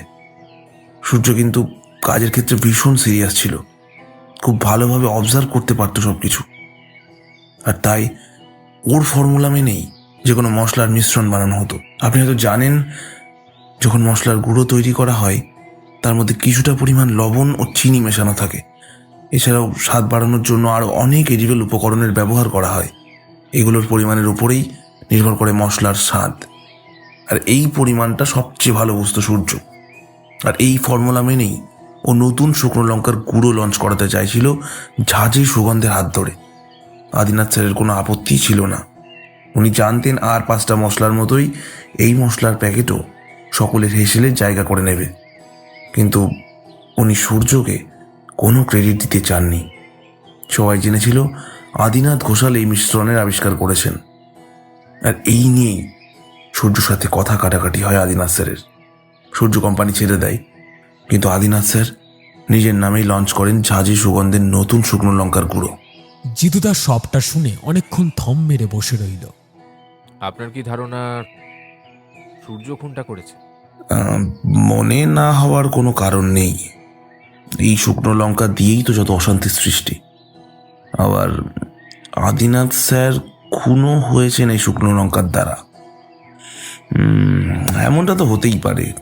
ক্রেডিট না পেয়ে রেগে গিয়ে ওই শুকনো লঙ্কার গুঁড়ো দিয়েই সূর্য খুন করেছেন আদিনাথ স্যারকে। সুনীল বাবুর কথা আমার যথেষ্ট বিশ্বাসযোগ্য মনে হলো। সূর্য যদি সত্যি উগ্র মেজাজের হয়ে থাকে তাহলে নিশ্চয়ই এত বড় প্রতারণা মেনে নেবে না। জিতুদা তবুও বলল, হতেও পারে, আবার নাও হতে পারে। তবে তথ্যটা দিয়ে আপনি আমাদের বড় উপকার করলেন সুনীলবাবু, অনেক ধন্যবাদ আপনাকে। আরে না না, ধন্যবাদ কিসের? এতদিন আদিনাথ স্যারের নুন খেয়েছি, এইটুকু তো আমার কর্তব্য। তাছাড়া আমারও যাওয়ার দিন এগিয়ে আসছে। কাজে ইস্তফা দেওয়ার আগে একবার যদি জেনে যেতে পারতাম এমন অপরাধ কে করলো, তাহলে বড় শান্তি পেতাম, এই আর কি। শান্তি আপনি পাবেন সুনীলবাবু, কারণ কে খুনি তা ধরা না পড়া অবধি আপনি কোথাও যেতে পারবেন না, এটা জানেন তো? জিতুদার কথা শুনে একটু হকচকিয়ে গেলেন সুনীলবাবু। তারপর মাথা নেড়ে বললেন, নিশ্চয়ই নিশ্চয়ই। এখন আমি তাহলে আসি প্রদোষবাবু। আশা করছি আপনাকে কিছুটা হলেও সাহায্য করতে পেরেছি। নমস্কার। সুনীলবাবু চলে যেতেই জগদীশবাবু বলে উঠলেন, হাইলি সাসপিশিয়াস। সাসপেন্স একটু একটু করে কাটছে জগদীশবাবু। মেঘের আড়ালে রোদের লেশ আমি দেখতে পাচ্ছি। তার মানে তুমি কেসটা সলভ করে ফেলেছো? আমি বলেছি মেঘ একটু একটু করে কাটছে, রোদ এখনো আকাশে ছড়িয়ে পড়েনি। সত্যের উন্মোচন হতে এখনো অনেকটা সময় লাগবে। আপাতত একটু একা থাকতে চাই, কিছু হিসেব মেলাতে হবে। এই বলেই জিতুদা ঘরে চলে গেল। জগদীশবাবু নাক মুখ কুঁচকে বললেন, তোমার দাদার ওই থেকে থেকে ধ্যানমগ্ন হয়ে যাওয়াটা আমার মোটেই ভালো লাগে না। ডিসগাস্টিং। যদিও আমি জানি জিতুদা রহস্য উন্মোচনের একেবারে কাছাকাছি এসে পড়েছে, তবু প্রশ্নগুলোর উত্তর না পাওয়া অবধি ঠিক শান্ত হতে পারছি না। জগদীশবাবু চলে যাওয়ার পরে আমার ডাক পড়ল জিতুদার ঘরে। এখানে বস, যা যা জিজ্ঞেস করবো তার ঠিক ঠিক উত্তর দিবি। ওরে বাবা, পরীক্ষা নেবে নাকি জিতুদা? পাশ করতে পারবো তো? আমি মনে মনে প্রমাদ করলাম। ঘোষাল বাড়ির মোট কতজন সদস্য? আদিনাথ ঘোষালের মৃত্যুর পরে মোট 4 জন আছে। 4 জন। 4 জন কি করে? কেন? ভাস্কর বাবু, শ্রীতমা দেবী, সূর্য আর সুনীল বাবু। তাই? তা সুনীলবাবু কবে থেকে ঘোষাল বাড়ির সদস্য হলেন? উফ, ভুল করে ফেলেছি। আমতা আমতা করে বললাম, সরি, 3 জন সদস্য। প্রত্যেকেই সন্দেহজনক কাজ করে চলেছে। আচ্ছা তাপস, তোকে যদি একদিনের জন্য যতীন মিত্র বানিয়ে দেওয়া হয়, ধরে নে তুই যতীন মিত্র, তুই কাকে খুনি বলবি? আমি আমি কাকে খুনি বলবো? আমার তো এখন সূর্যকেই খুনি মনে হচ্ছে। জানিস, ওই বাড়ির বেশিরভাগ সদস্যই সূর্যকে খুনি ভাবে। একমাত্র শ্রীতমা দেবী বাদে। একদম। খাতা পেন্সিল নিয়ে বেশ কিছুক্ষণ খুটখুট করলো জিতুদা। তারপর বলল, আজ রাতে একটা অ্যাডভেঞ্চারে যাব, যাবি? কি অ্যাডভেঞ্চার? আদিনাথবাবুর সিল করা ঘরটা একবার ঢুকতে হবে গোপনে। আমি জিতুদার কথা শুনে অবাক হলাম। বললাম, পুলিশ তো তোমাকে ওই ঘরে ঢোকার অনুমতি দিয়ে দিয়েছেন, তাহলে গোপনে যাওয়ার অর্থ কি? পুলিশ অনুমতি দিয়েছেন বটে, তবে আততাই বিষয়টা পছন্দ নাও করতে পারে, তাই না? আমি ঠিক বুঝতে পারছিলাম না জিতুদা কি করতে চাইছে, কিন্তু সেটা টের পেলে যদি জিতুদা আমাকে সাথে না নেয় তাই আর প্রশ্ন করলাম না। বরং বললাম, জগদীশবাবুকে কি ডেকে নেব? উনিও চলুক আমাদের সাথে। না না না, অতি সন্ন্যাসীতে গাজন নষ্ট হবে, শুধু তুই আর আমি যাব। জিতুদার কথাই শেষ কথা, তাই আমি আর জগদীশবাবুকে ডাকলাম না।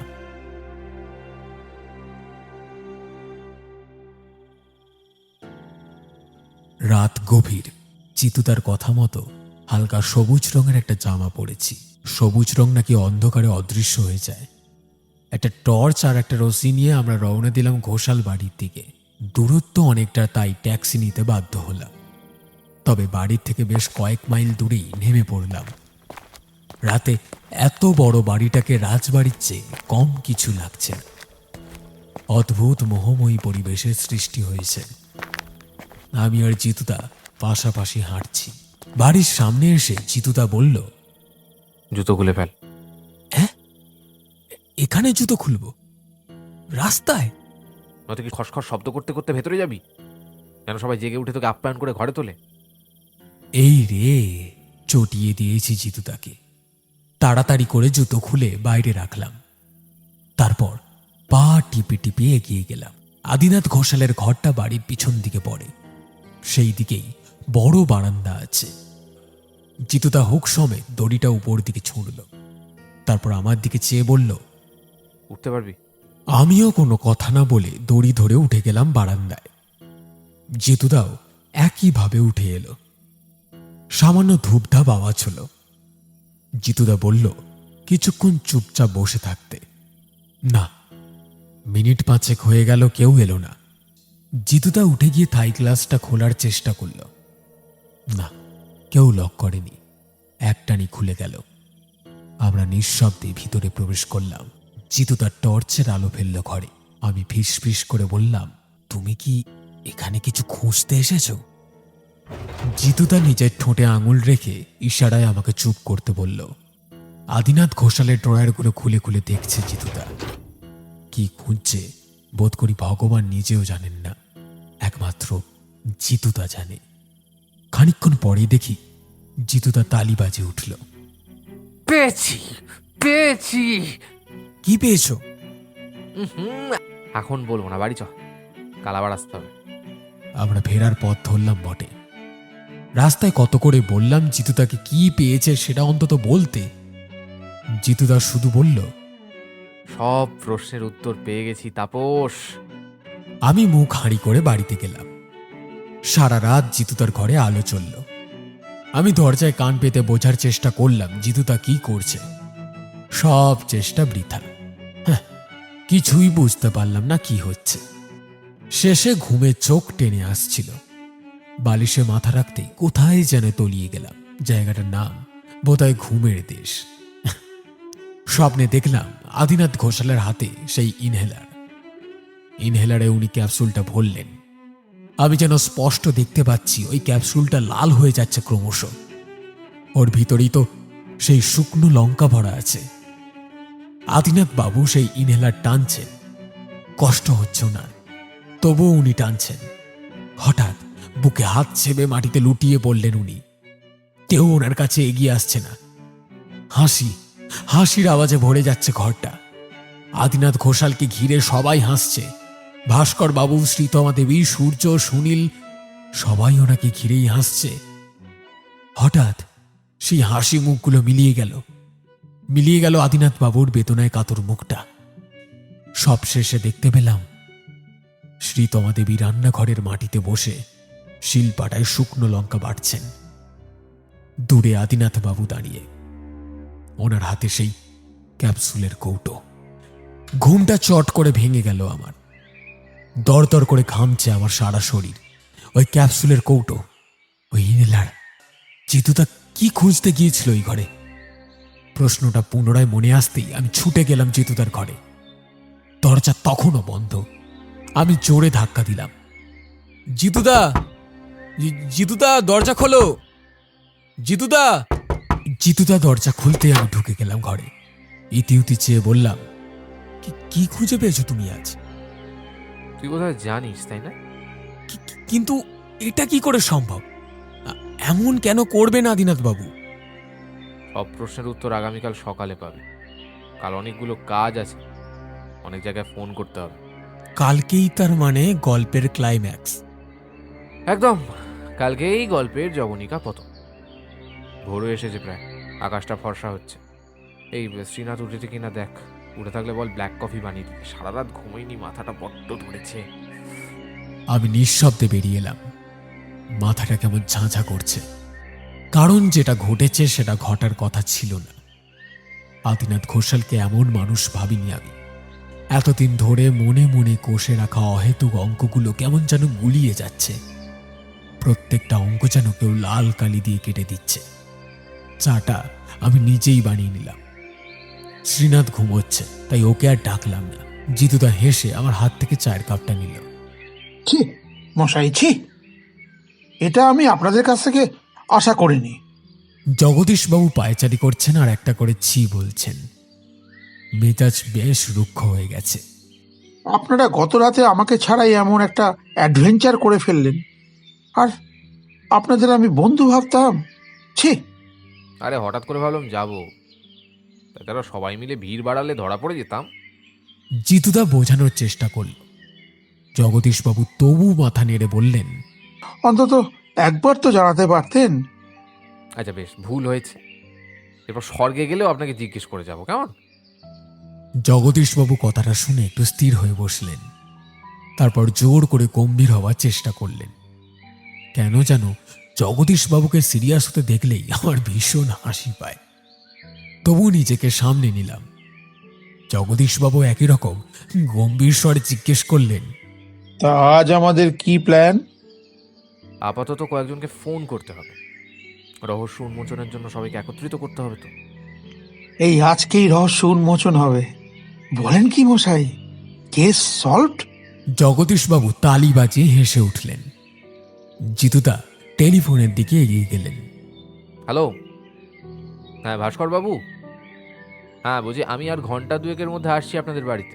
সবাই যেন থাকে, আর হ্যাঁ সূর্যের থাকাটা অতি আবশ্যক। বাড়ির প্রতিটা সদস্যকে থাকতে হবে। সুনীলবাবুকেও বলুন, আর যত কাজই থাকুক না কেন ওনার অফিসে যাওয়া হবে না, ঠিক আছে? রাখছি এখন। ভাস্কর বাবুর সাথে কথা বলে জিতুদা আরেকটা নাম্বার ডায়াল করল। হ্যালো, হ্যাঁ ইন্সপেক্টর দত্ত, বলছি ঘন্টা দেড়েকের মধ্যে ঘোষাল বাড়িতে আসতে হবে। খুনিকে ধরে ফেলেছেন? কে সে? খুনির নাম একেবারে সকলের সামনে বলবো। এই বলেই জিতুদা ফোনটা কেটে দিল। তৈরি হয়ে নে ঝটপট। এইটুকু বলেই জিতুদা ঘরে চলে গেল।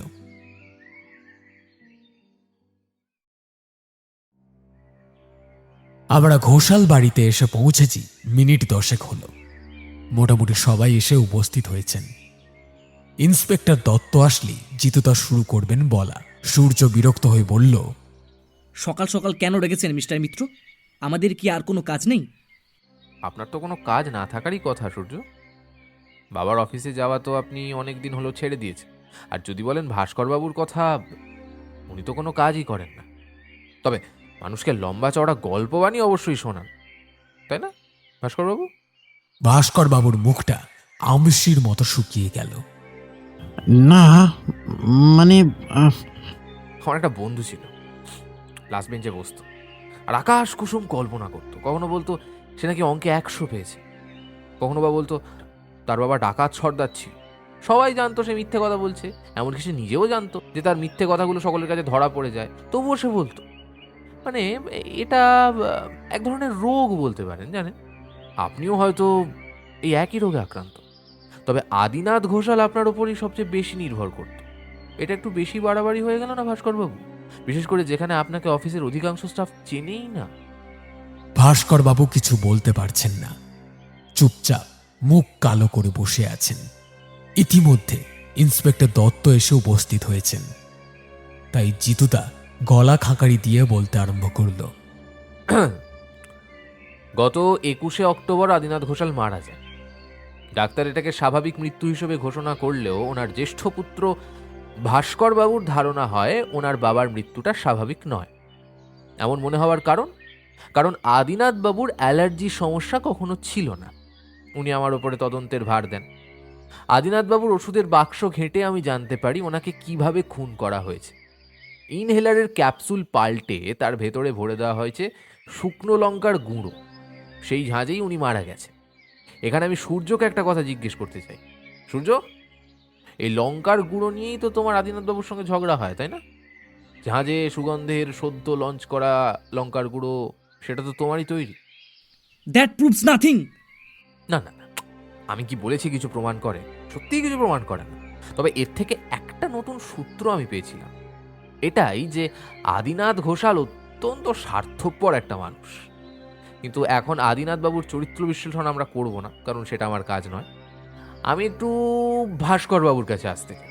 ভাস্কর বাবু, আপনার বয়ান অনুযায়ী শ্রীতমা দেবী আপনার চেয়ে বয়সে অনেকটাই ছোট, তাই আপনার চেয়ে ওনার দেওরের প্রতি ওনার টানটা একটু বেশি, তাই তো? মানে এটাই তো আপনার ধারণা। আমি দেখলাম শ্রীতমা দেবী আহত দৃষ্টিতে ভাস্কর বাবুর দিকে তাকালেন। ওনার মুখটা তীব্র ঘৃণায় কুঁচকে গিয়েছে। সূর্য আচমকা তেড়ে গিয়ে ভাস্কর বাবুর কলার চেপে ধরল।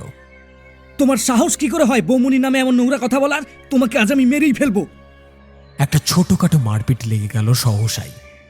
ইন্সপেক্টর দত্ত আর শ্রীতমা দেবী এসে না থামালে আজ একটা রক্তারক্তি হয়েই যেত। থাম ভাই, আমি অনুরোধ করছি, কাউকে কিচ্ছু বলতে হবে না তোকে। যে আমার বিষয়ে যা ইচ্ছে ভাবুক, আমার কিছু যায় আসে না, বিশ্বাস কর। তুই শান্ত হ, আর সবার সামনে নিজেকে খারাপ করিস না। সবাই যে ভুল বোঝে তোকে। সূর্য হাঁপাতে হাঁপাতে ছেড়ে দিল ভাস্কর বাবুকে। এই যে ছোকরা, বেশি বেয়াদবি করবে না, যদি করো সোজা লকআপে ভরে দেব। ইন্সপেক্টর দত্ত সূর্যকে শাসিয়ে দিলেন। এই এই এই আপনার নিজের জায়গায় বসুন, আমার কথা এখনো শেষ হয়নি, বসুন।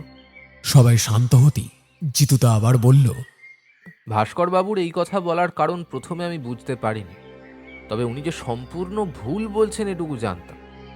এরপর আসি সুনীল বাবুর প্রসঙ্গে। আমি যেদিন প্রথম এ বাড়িতে এলাম সেদিন অনেকক্ষণের জন্য উনি বাড়িতে ছিলেন না। জিজ্ঞেস করে জানতে পারি উনি অফিসে গিয়েছিলেন। আদিনাথ ঘোষালের মৃত্যুর শোকে শোকাহত সুনীলবাবু কি করে এগরোল খেয়ে বাড়ি ফিরলেন জানতে পারি? সুনীলবাবু অবাক হলেন। সেদিন আপনার শার্টে এক চিলতে সসের দাগ আপনি এড়িয়ে গেলেও আমার চোখ কিন্তু এড়ায়নি। আজ ওই শার্টটাই আপনি পরে আছেন, দেখুন, ওই যে ওই দিকটা বুক পকেটের কাছে, ওই দেখুন, দাগটা এখনো স্পষ্ট। বেচায় অপ্রস্তুত হয়ে পড়লেন সুনীলবাবু, যদিও ওনাকে কিচ্ছু বলার সুযোগ দিল না জিতুদা। একটা বিষয় আমি প্রথম দিনেই নিশ্চিত হয়ে গিয়েছিলাম, আদিনাথ ঘোষালের মারা যাওয়ায় এই বাড়ির কেউ এতটুকুও কষ্ট পায়নি। তার জন্য দায়ী অবশ্যই আদিনাথ ঘোষালের ব্যবহার। পরিবারের কাউকে উনি সুখী করতে পারেননি, কাউকে বন্ধনে বাঁধতে পারেননি, এটা ওনার চরম ব্যর্থতা। কিন্তু তাই বলে খুন, এটা তো হওয়ার কথা নয়, তাই না সূর্য? আপনি বারবার সূর্যকে কেন জিজ্ঞেস করছেন বলুন তো? ও কিচ্ছু করেনি। আমি বলছি সূর্য কিচ্ছু করেনি। তবে কি খুনটা আপনি করেছেন শ্রীতমা দেবী? জিতুদা দৃঢ় স্বরে জিজ্ঞেস করল। শ্রীতমা দেবী আগু পিছু কিচ্ছু না ভেবেই বলে দিল, হ্যাঁ, আমি খুন করেছি। আমার নিজের স্বার্থে আমি মেরে ফেলেছি আমার শ্বশুর মশাইকে। আমাকে অ্যারেস্ট করুন অফিসার, অ্যারেস্ট করুন। আহ বৌমনি, কেন এমন করছো? সব দোষ কেন নিজের ঘাড়ে নিচ্ছ? তুই চুপ কর সূর্য। আমি বলছি তো, আমি মেরে ফেলেছি আদিনাথ ঘোষালকে। না, আপনি খুন করেননি, আপনি খুন করেননি শ্রীতমা দেবী, আর না খুন করেছে সূর্য। সূর্য খুন করেনি? সে কি, সূর্য না খুন করলে কে খুন করবে? আপনি এতটা নিশ্চিত হয়ে কি করে বলছেন যে সূর্য খুনটা করেছে ভাস্কর বাবু? ও ছাড়া আর কে করবে মানে? না মানে ওই তো কাল তো আপনাকে বললাম সব। এই বাড়িতে সবার একটাই টেন্ডেন্সি কাজ করে, যা কিছু খারাপ হবে সব দায় চাপিয়ে দেওয়া হবে সূর্যর ঘাড়ে। সূর্য, তুমি কি জানো তুমি একটা নিরেট গাধা, একটা গবেট, তাই কথায় কথায় মাথা গরম করো, আর সেটারই সুযোগ নিয়ে সবাই তোমার গায়ে দোষ চাপায়, আর কারো সেটা বিশ্বাস করতে অসুবিধা হয় না। আপনার কি মনে হয় যতীনবাবু আমরা দুটো মানুষ মিথ্যে বলছি? হ্যাঁ বলছেন, অবশ্যই বলছেন। ইন্সপেক্টর দত্ত, আপনাকে যে কাজটা দিয়েছিলাম সেটা হয়েছে? একদম, আমি খোঁজ নিয়েছি। গতকাল সুনীলবাবু পাওয়ার অফ অ্যাটর্নি নিয়ে উকিলের কাছে গিয়েছিল। ব্যাটা সব নিজের নামে হাতিয়ে নেওয়ার তালে ছিল। সঙ্গে নিশ্চয়ই ভাস্কর বাবুর নামটাও পেয়েছেন? হ্যাঁ, দুজনে মিলেই তো শয়তানিটা করেছে। এবার বলুন তো যতীনবাবু, আসলে খুনটা করেছে কে? আদিনাথ ঘোষালকে আসলে কেউ খুন করেন ইন্সপেক্টর। মানে মানে আদিনাথ ঘোষাল আত্মহত্যা করেছিল। ঘরে বোধ হয় বাজ পড়ল। আত্মহত্যা? কেন, আপনি জানতেন না ভাস্কর বাবু? আপনি আর সুনীল বাবু মিলেই তো চিঠিটা সরিয়েছেন, তাই না? এসব আপনি কি বলছেন? আমরা তো কিছুই জানি না এসব বিষয়। মানে আমি জানি না, কিন্তু সুনীল জানলেও জানতে পারে। মানেটা কি? আমি জানলেও জানতে পারি মানে? তুমি তোমাকে বললে চিঠিটার কথা কেউ জানতে পারবে না, কেউ কিছু বুঝবে না, সব সম্পত্তি তুমি আমি পাবো, সূর্যের জন্য কানা করিও থাকবে না। দেখলেন তো ভাস্কর বাবু, আপনার নিজের দোষেই সব কেমন ফাঁস হয়ে গেল। তবে এখনো যারা ধোঁয়াশার মধ্যে রয়েছে তাদের বরং সবটা খুলে বলি। হ্যাঁ, আদিনাথ বাবু আত্মহত্যা করেছিলেন কারণ সূর্য ওনাকে হুমকি দিয়েছিলেন ও সবার সামনে প্রমাণ করে দেবে যে শুকনো লঙ্কার গুঁড়ো ওর তৈরি। ফর্মুলা তো ওর ছিলই। কথাটা শুনে বড্ড ভয় পেয়ে যান আদিনাথ বাবু। উনি নিজের ইমেজ নষ্ট হয়ে যাবে এটা কখনই মানতে পারতেন না। সূর্য কতটা ডেসপ্যারেট হতে পারে তা উনি জানতেন। অপমানের ভয়ে, সম্মান ধূলিসাৎ হওয়ার ভয়ে উনি নিজে ওই অদ্ভুত পদ্ধতিতে আত্মহত্যা করেন। মরার সময় লোকটা টনটনে জ্ঞান ছিল। উনি আত্মহত্যা কেন করলেন এই বিষয়ে যেন কেউ গবেষণা না করে, তাই উনি এমনভাবে মরলেন যেন এটাকে সাধারণ মৃত্যু মনে হয়। মরার আগে উকিল ডেকে নিজের সমস্ত সম্পত্তি লিখে গেলেন সূর্যর নামে, যেন উনি মারা যাওয়ার পরেও সূর্য মুখ না খোলে। আদিনাথ ঘোষালের হাঁচির শব্দ শুনে সবার আগে ঘরে আসে ভাস্কর বাবু। স্বাভাবিকভাবেই ওনার চোখে পড়ল আদিনাথের চিঠি, যেটায় পরিষ্কার লেখা আছে উনি নিজের সমস্ত স্থাবর অস্থাবর সম্পত্তি সূর্যর নামে করে গেছেন। ভাস্করবাবু মনে মনে হিসেব করলেন, কেউ আসার আগে উনি চিঠিটা সরিয়ে ফেললেন। পরে সুযোগ বুঝে দলে টানলেন সুনীলকে। সুনীল সম্পত্তির লোভে ওনার সাথে কাজ করতে রাজি হলেন। সব তো দিব্যিই চলছিল, কিন্তু প্রশ্নটা হলো আমাকে কেন ডাকা হলো? আমাকে ডাকার একটাই কারণ, সূর্যকে খুনের দায়ে জেলে ভরা। কারণ ও থাকলে কোনো না কোনোভাবে ওনারা নিজেদের কাছে বাধা পেতেন। শ্রীতমা দেবী যদি দেখতেন সূর্য সব কিছুর থেকে বঞ্চিত হচ্ছে, তাহলে উনি কখনোই চুপ থাকতেন না। তাই সব প্রমাণ এমনভাবে সাজানো হলো যে মনে হয় যে সূর্যই আসল খুনি। কি তাই তো ভাস্করবাবু? সুনীলবাবু এমনটাই প্ল্যান ছিল না? উকিলকে হাত করেছিলেন তো সুন্দরভাবে। আপনাদের সবচেয়ে বড় ভুল কোনটা হলো জানেন? আমার কাছে আসা। কথায় বলে না, অতি চালাকের গলায় দড়ি। বেছে বেছে যতীন মিত্রের কাছেই আসতে হলো আপনাদের। আমি আপনাকে সেদিন থেকে সন্দেহ করছি, দিন থেকে আমি বুঝেছি আপনি কথায় কথায় মিথ্যে বলেন। আমার সন্দেহ আরও দৃঢ় হলো যখন গতকাল রাতে আদিনাথের ঘরে গিয়ে দেখলাম রাফ উইলের কাগজটা। আপনার মাথাটা না নীরের ভাস্করবাবু, এত কাঁচা কাজটা আপনি করলেন। কিন্তু তার থেকেও বড় অপরাধ আপনি করেছেন নিজের ভাইকে ঠকিয়ে।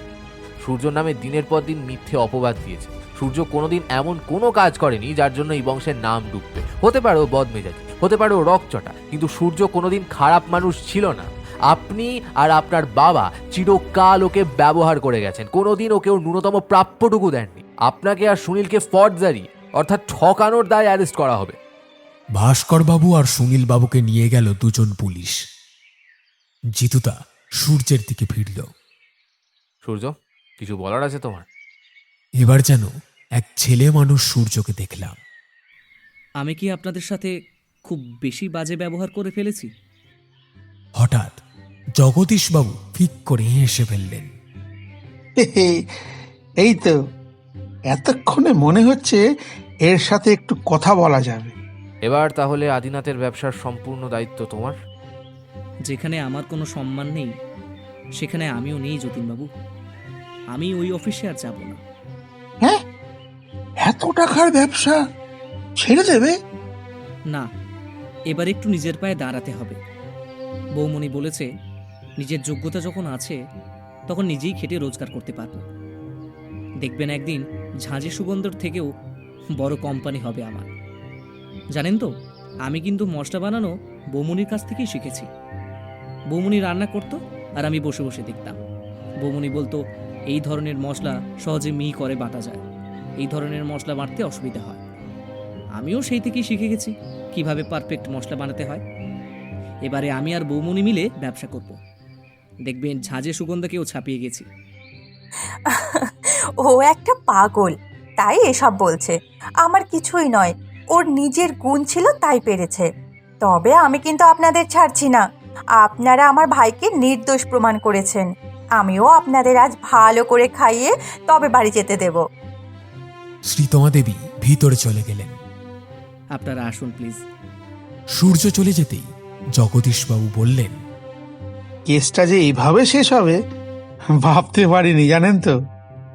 জানো তো জিতুদা, সূর্য আর শ্রীতমা দেবীকে দেখে মনে হয় শরৎচন্দ্রবাবু এত বছর আগে একেবারে খাঁটি রচনা লিখে গেছেন। সত্যি এমন স্নেহের সম্পর্কও হয়। সূর্য এতদিনে নিজের মাকে পেল। অনেক ভারী ভারী কথা ভেবে ফেলেছিস তুই। আর ভেতরে চল। আরও একবার জিতু তার চোখে সেই বুদ্ধিদীপ্ত ঝলকটা দেখলাম, যেটা প্রতিটা কেস সলভ করার পরে দেখি।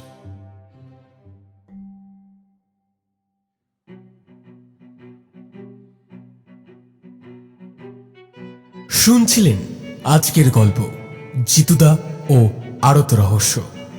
গল্প রচনায় সোহিনী অধিকারী, গল্প পাঠে ওরফে তাপসের ভূমিকায় আমি সায়ন, জিতুদা সায়ন্তন, জগা জেঠু দৈপায়ন, ইন্সপেক্টর দত্ত এবং রিসেপশনিস্ট রাহুল, ভাস্করবাবু নীল, সূর্য সুমিত, শ্রীতমা মুক্তি, সুনীল অমিতা।